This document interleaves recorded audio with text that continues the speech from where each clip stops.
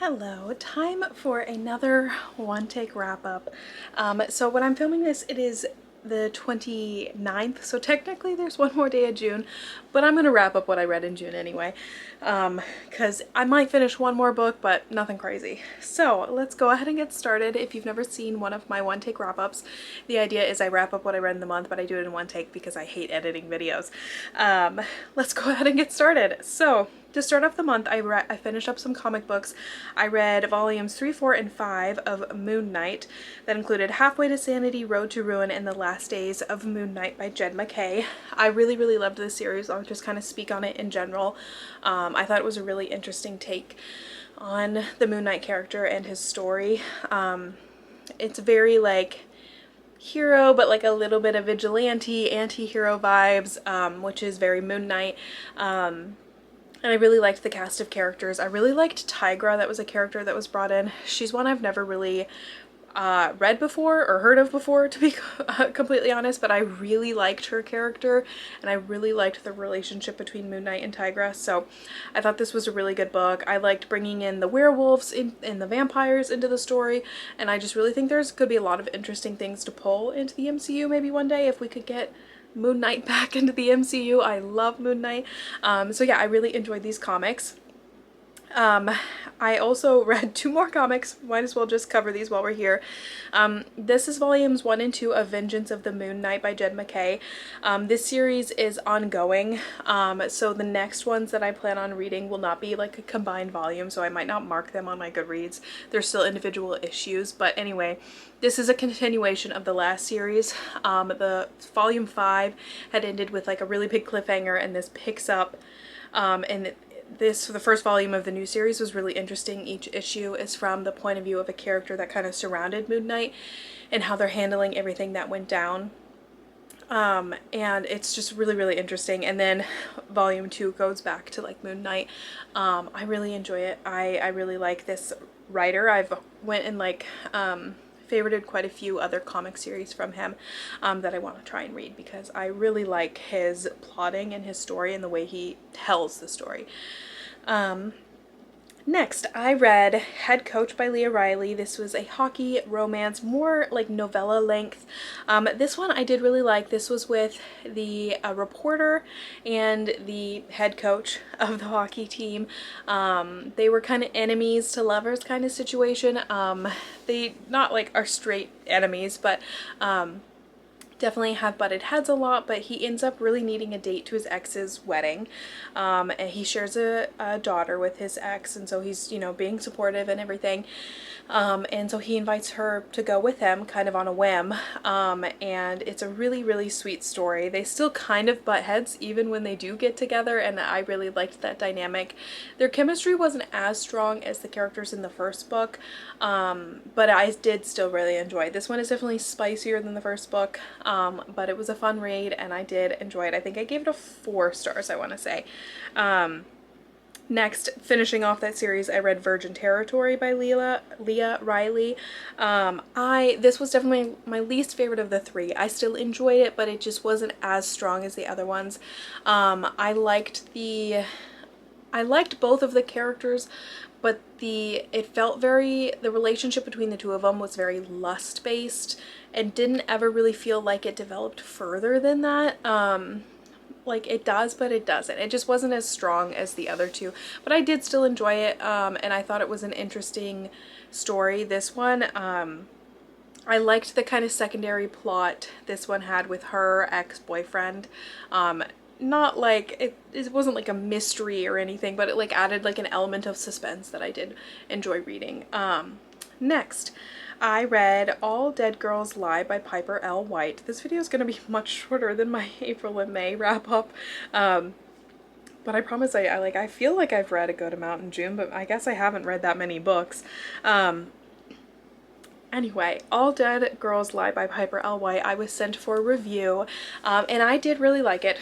I've said this a lot before, mystery and thrillers are hit or miss with me, more often misses than hits, but there are, I feel more likely to like a YA mystery than an adult mystery for sure, and I did really enjoy this one. Interestingly, this book takes place in 2004. which for some reason just really upped the vibe for me. Like, I was like, 2004, okay, like, I like it. I believe that is the year Rory Gilmore graduates high school, if I remember correctly. Could be wrong about that. Anyway, I liked this mystery.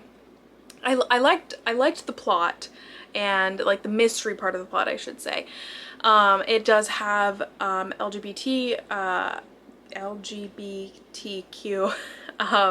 representation. The main character is lesbian, as well as her girlfriend, and then there is a bisexual character as well. And I liked how that was handled, because it wasn't really like, it's not a coming out story. It's just there. It's just a fact of the story, and like not like a big deal kind of thing. And I like that sometimes, because, you know, we have so many great coming out story books. This one was nice to kind of just like be there. But anyway, I really liked the mystery plot. I struggled with the main character every so often. I felt that she, like, sometimes she just really expected a lot out of her friends. Like, she just assumed people would do these things for her, or act this way for her, or react this way. And I was like, girl, you need to tone it down. Like, you can't expect this much out of people. But then I like really like kind of like reflected and thought about it. I was like, okay, well, she is 16, and when you're 16, you do kind of think the entire world revolves around you. And so like I get where the writing was coming from. It just got frustrating to read sometimes. But I really did enjoy the story. It was a little bit of a slower read for me, which was surprising since it was a mystery, but I think that had a lot more to do with my reading mood than it did with the book. My main critique, other than the main character being kind of entitled just a little bit sometimes, I really liked the way the mystery unfolded and all the clues and everything, but with the grand reveal at the end, I did not guess who it was, and I really liked who it ended up being, and I thought it made it really like complicated and messy, and I really liked that. I just didn't love the way it was resolved in the end. Don't get me wrong, the killer, you know, they have their comeuppance, but the truth never really gets out completely.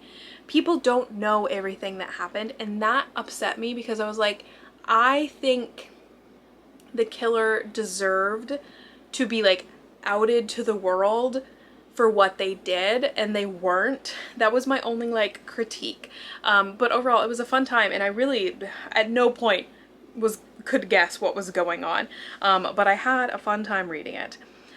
Next, I read Not in Love by Ali Hazelwood. This one was a fun one. It definitely, and she says this in the front of the book, it definitely is it leans more erotica than traditional romance, and I don't know if that's the mood I was in to be reading, so I think that might have skewed my view just a little bit. I think I still gave it a 5 stars. Maybe I gave it a 4 stars.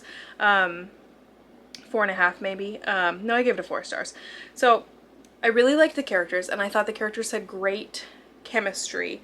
I just think that I don't know. I feel like I have this complaint a lot in books and a lot in romances, but why are book characters never in therapy? These characters, both of them, but especially her, both of them though, needed therapy so freaking bad, and neither of them even like a glancing thought about getting a therapist. And I was like, girl, you grew up in a horrible environment, like childhood abuse, a horrible time, you know, food poverty, a lot of terrible things. You have a super toxic brother in your life that you're trying to get out of your life. Where's the therapist? And I was like, girl, you have the money now. You have the opportunity. And then with all the bad stuff that happens in this book with the betrayal at the end, oh, it broke my heart. It made me so mad that this person in her life, after everything she's been through, could betray her in this way. It was so upsetting to read. And still, no therapist. I was like, girl, come on. Our only therapy can't be hot rich guy. You've got to get a real therapist too. And he needed a therapist too. Anyway, I still really enjoyed it. I love an Ali Hazelwood book, but that one I was like, there were moments where I was like, you guys can't be serious. Like you need real help. But I did enjoy it. It was a fun read. Like I said, the chemistry between them was really, really great. Lastly, my last book that I read this month was I reread Twilight. On my drive to and from California, I listened to the Twilight audiobook.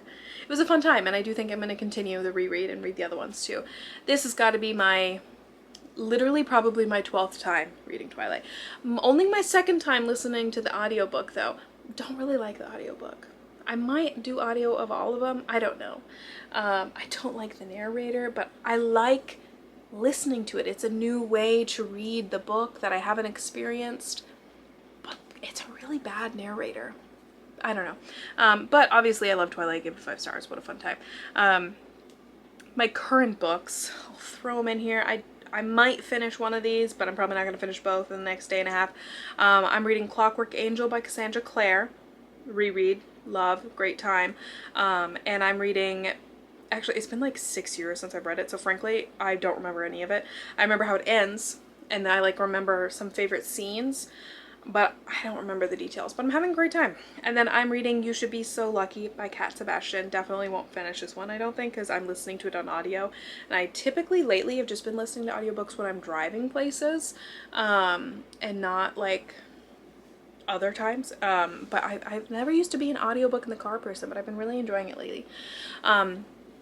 But yeah, I am enjoying this one a lot. Again, don't love the narrator. The book takes place in 1960, which I love. What a unique setting that doesn't get, written about often. And to tell a queer story in 1960, super interesting. But the narrator is putting on like a old Hollywood, like, what do they call it? It's the kind of accent, the transatlantic accent that everyone was making fun of Ariana Grande for having in the Wicked press. I just don't think it was necessary to be putting on that accent for the audiobook. Just read it. Just read it normal. I've never been to the year 1960. They haven't invented time machines yet. But I'd venture to guess not everybody spoke with a transatlantic accent. I think most people just spoke. So I think it's a little extra, but I am really enjoying the characters. So that is my reading update, my one take wrap up for the month of June. I hope you enjoyed. Like, share, subscribe, all that fun stuff, and I'll talk to you guys next time. Bye!